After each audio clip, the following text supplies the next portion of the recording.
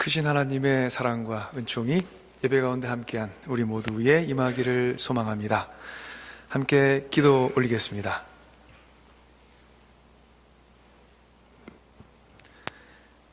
은혜로우신 주님, 삶은 끊임없이 낯선 얼굴을 하고 우리를 찾아옵니다.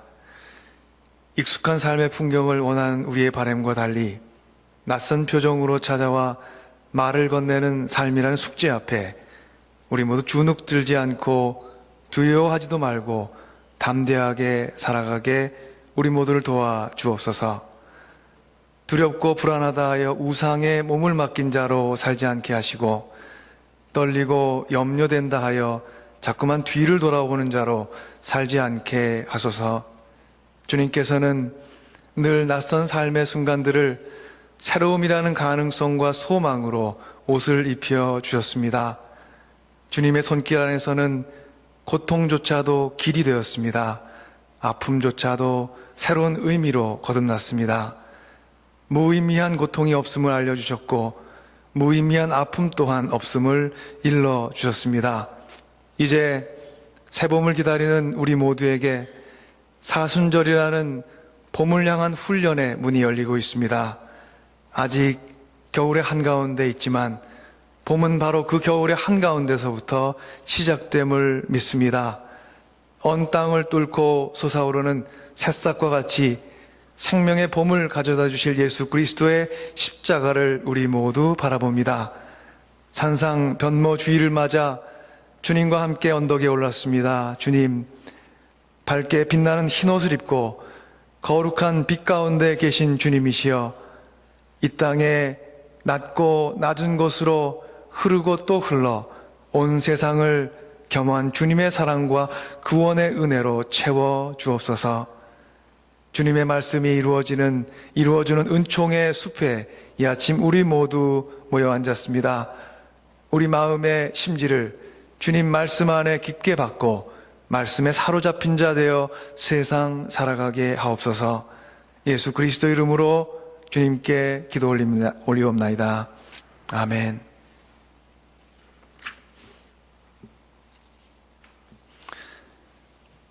어떤 소년이 말 타는 것을 처음 배우고 사막을 거닐고 있었습니다. 주위의 아름다운 경관을 감상하며 시간 가는 줄 모르고 가던 중에 소년은 자신의 앞에 더 이상 자신이 알던 길이 더 이상 보이지 않는 것을 다는 것을 깨닫습니다. 길을 잃어버린 것입니다. 두려움이 생긴 이 소년은 손에 쥐고 있던 말의 고삐를 더욱 세게 쥐었습니다. 그리고 고삐를 쥔 손을 이리저리 움직여서 길을 찾기 시작했습니다. 말은 소년의 손이 움직이는 방향을 따라 움직입니다. 그러나 아무리 찾아도 길은 보이지 않았습니다. 소년은 길이 보이지 않을수록 고삐를 더욱 세게 쥐었습니다. 하지만 고삐를 세게 쥘수록 말은 고통 때문에 어쩔 줄을 모릅니다. 그런데 그 순간 소년은 중요한 생각이 떠올랐습니다. 자기 자신보다 자신을 태우고 있는 말이 사막을 더 잘 알 것이라는 생각이 들었습니다. 선뜻 용기가 나지 않았지만 소년은 한참을 망설이다가 조심스럽게 그렇게도 단단히 쥐고 있던 고삐를 내려놓아 보았습니다. 말에게 모든 것을 맡기게 된 것입니다. 말을 움직이던 위치에서 말이 가는 곳을 따라 움직이는 자리에 서게 되었습니다. 고삐가 풀린 말은 그러나 소년의 바람대로 바로 길을 찾는 것이 아니었습니다. 처음에는 조금 움직이는가 싶더니 풀이 많은 곳을 발견하고 멈추어 서서 풀을 뜯어먹기 시작했습니다. 풀을 먹고 있는 말을 보면서 조급하고 불안하고 두려움에 쌓인 소년은 망설입니다.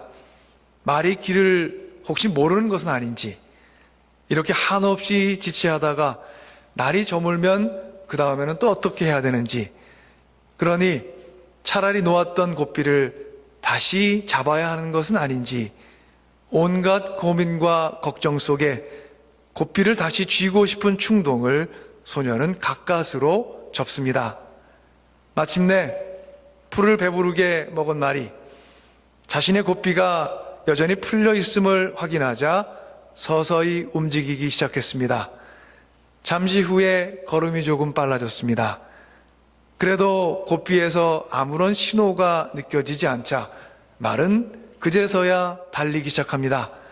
일단 말이 달리기 시작하자 소녀는 모든 것을 말에게 맡깁니다. 고삐 풀린 말은 마침내 소년이 그렇게 찾고자 했던 그의 집 앞에 서 있었습니다. 사는 법을 미리 익혀서 세상에 나는 사람은 없습니다. 얼마 전 뉴잉글랜드 페이트리어츠가 슈퍼볼에서 이겼습니다. 많은 분들이 함께 기쁨을 누렸을 것 같습니다. 그 순간의 기쁨을 누리기까지 선수들은 수많은 연습을 했을 것입니다. 앞으로도 같은 기쁨의 순간을 재현해 보기 위해서 연습에 연습을 거듭할 것입니다. 연습은 실전을 준비시켜 주기 때문입니다. 그런데 우리의 인생은 이와 다릅니다. 사는 연습을 한두 번쯤 해보고 세상을 살아보고 있는 사람은 아무도 없습니다. 우리는 모두 세상 처음 살아보는 사람들입니다. 그렇죠? 저희 둘째가 2살쯤 되었을 때 제가 깨달은 것이 있었습니다. 당시 2살짜리 인생을 살고 있었던 제 아들 준호나, 30대 후반을 살고 있었던 저나, 인생을 어떻게 살아야 할지 모른 채 태어나서 시행착오 겪으며 살아가기는 마찬가지였습니다.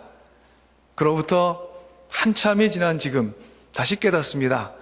나는 여전히 연습 없이 태어난 세상에서 실수를 거울 삼아 살아가고 있습니다.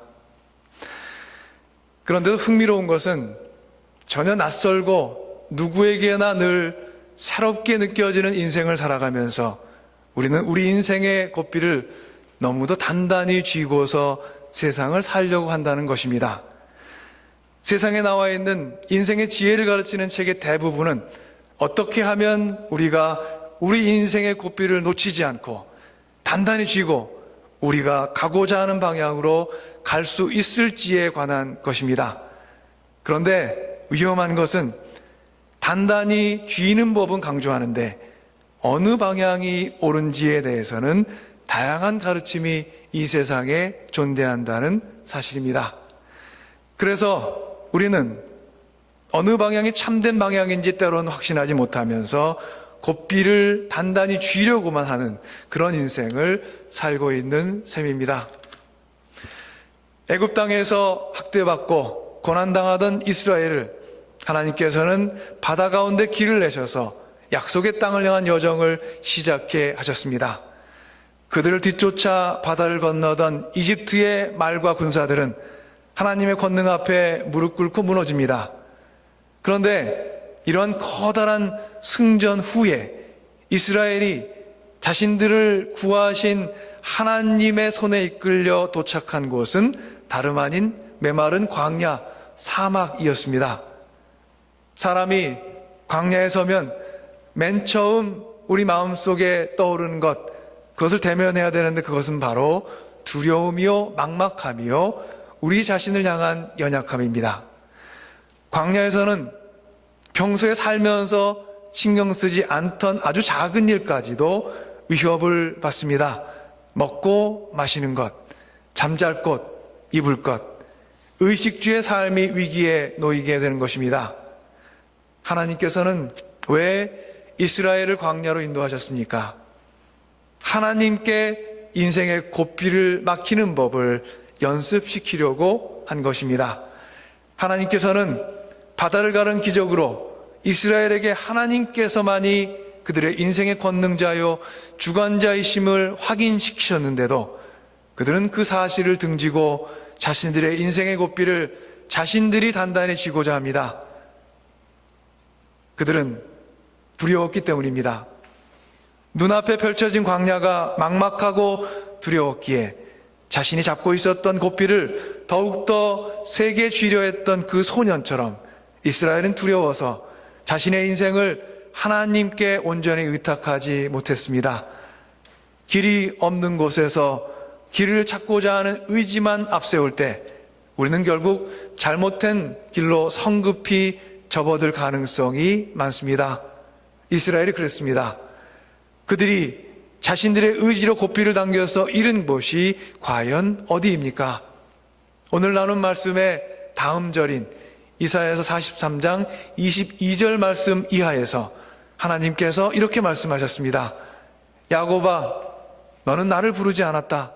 이스라엘아, 너는 오히려 나에게 실증을 느낀다. 너는 나에게 양의 번제물을 가져오지 않았고 제물을 바쳐서 나를 높이지도 않았다. 내가 예물 때문에 너를 수고롭게 하지도 않았으며 유향 때문에 너를 괴롭게 하지도 않았다. 너는 나에게 바칠 향도 사지 않았고 제물의 기름으로 나를 흡족하게 하지도 않았다. 도리어 너는 너의 죄로 나를 수고롭게 하였으며 너의 악함으로 나를 괴롭혔다. 이스라엘이 인생의 고삐를 하나님께 내어드리지 못하고 그들 스스로의 힘으로 잃은 곳은 하나님을 부르지도 않고 오히려 하나님께 실증을 느끼는 삶의 자리였습니다. 또한 죄로 인해 생긴 그 악함으로 인해서 하나님을 괴롭게 하는 자리였습니다. 하나님을 불러야 하는 백성이 하나님 부르기를 괴롭게 여기고 하나님을 찬양해야 하는 백성이 죄짐으로 인해 하나님을 괴롭게 만들게 된 것, 바로 이것이 이스라엘이 자기의 의지로 만들어낸 인생의 결과였습니다. 그러나 하나님은 언제나 은혜의 하나님이십니다. 은혜의 하나님은 우리 인생의 고삐를 놓으시는 법이 없습니다. 내가 이제 새 일을 하려고 한다. 이 일이 이미 드러나고 있는데 너희가 그것을 알지 못하겠느냐?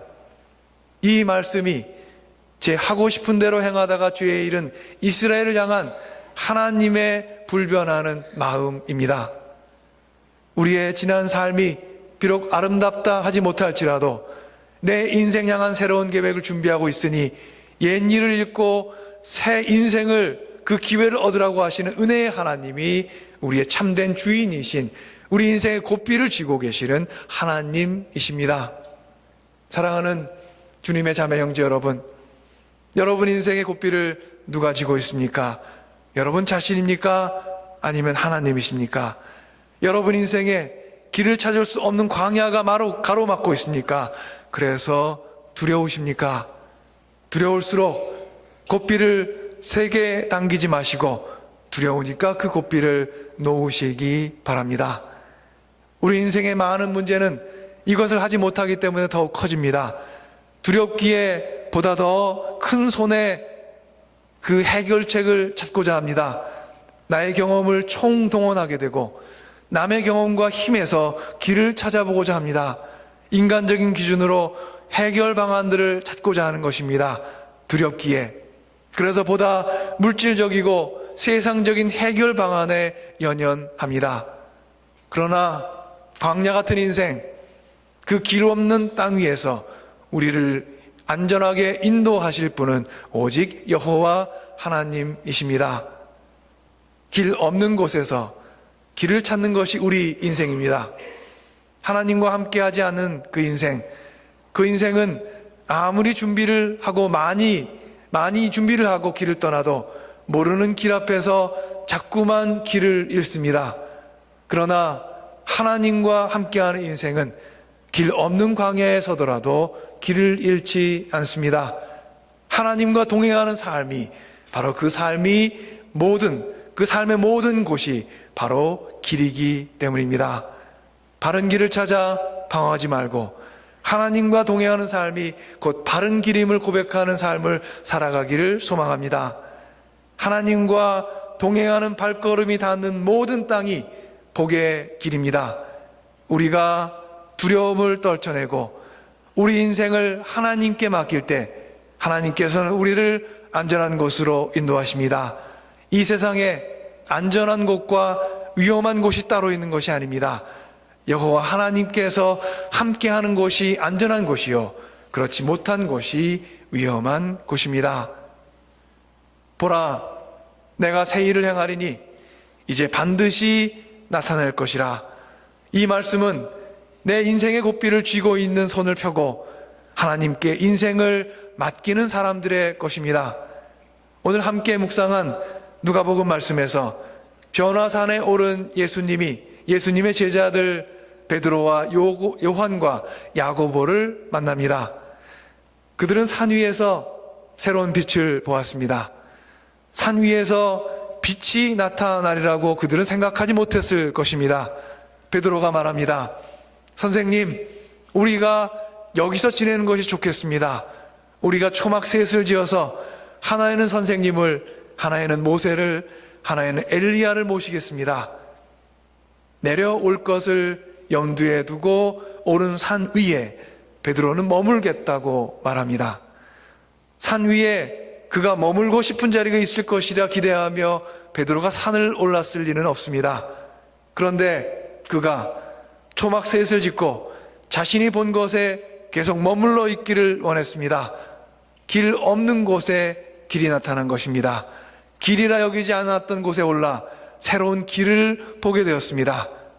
그러나 그를 비롯한 제자들에게 예수님께서 걸어갈 길은 아직은 감추어진 길이었고 아직은 가리워진 길이었습니다. 그들은 아직 예수님께 자신들의 인생의 고삐를 온전히 내어드리지 못했습니다.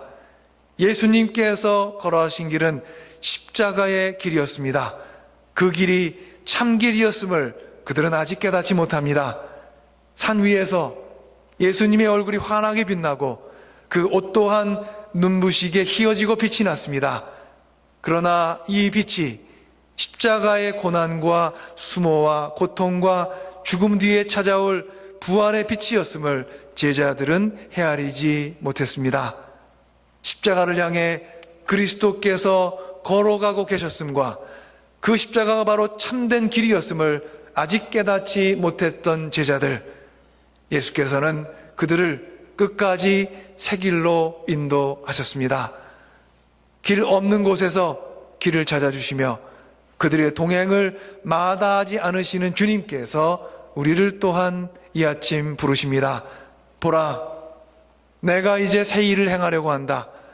이 일이 이미 드러나고 있는데 너희가 그것을 알지 못하겠느냐? 이 아침 우리 마음속을 파고드는 이 물음에 우리의 정신과 영혼이 깨어나기를 기도합니다. 나보다도 내 인생을 잘 아시고 사랑하시는 하나님께서 내 인생을 향해 새로운 일을 행하시려고 계획 중에 계십니다. 그 새로운 일이란 바로 이것입니다. 내가 광야에 길을 내겠으며 사막에 강을 내겠다. 들짐승들도 나를 공경할 것이다. 이리와 타조도 나를 찬양할 것이다. 내가 택한 내 백성에게 물을 마시게 하려고 광야에 물을 대고 사막에 강을 내었기 때문이다. 우리를 지으신 하나님의 귀한 말씀입니다. 사랑하는 주님의 귀한 자매 그리고 형제 여러분, 우리가 인생의 사막에서 마실 물은 모래 사막을 뚫고 솟아나는 샘물입니다. 우리가 인생의 사막에서 걸어갈 길은 길 없는 사막 위에 드러난 여호와께 이르는 길이요 하나님 나라에 이르는 길입니다. 여러분 인생에 여러분이 걸어오던 길이 없어졌습니까? 여러분의 의지가 만들어낸 길의 끝입니다. 여러분의 손에 쥐어진 고삐로 여러분의 인생을 채찍질해서 이른 곳입니다. 하지만 바로 그곳이 여러분 인생의 새로운 시작입니다.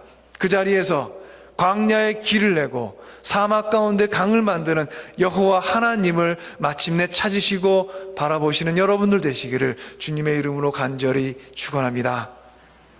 주님의 나라를 향한 길이 우리 모두 앞에 놓여 있습니다. 아직 두려우십니까? 이 백성은 나를 위하라고 지은 내가 지은 백성이다. 그들이 나를 찬양할 것이다. 여호와 하나님의 말씀입니다. 사순절이라는 은총의 숲과 훈련의 자리가 우리를 맞을 준비를 하고 있습니다. 이 봄 우리 인생의 고삐를 나를 지으신 주님께 맡기고 주님을 온전히 신뢰하고 따르는 주님의 사람들이 되어 살아가기를 간절히 기도합니다. 주님의 도우시고 힘주시고 이끄시는 은총과 사랑이 여러분 모두와 늘 함께 하시기를 간절히 축원합니다. 함께 기도 올리겠습니다.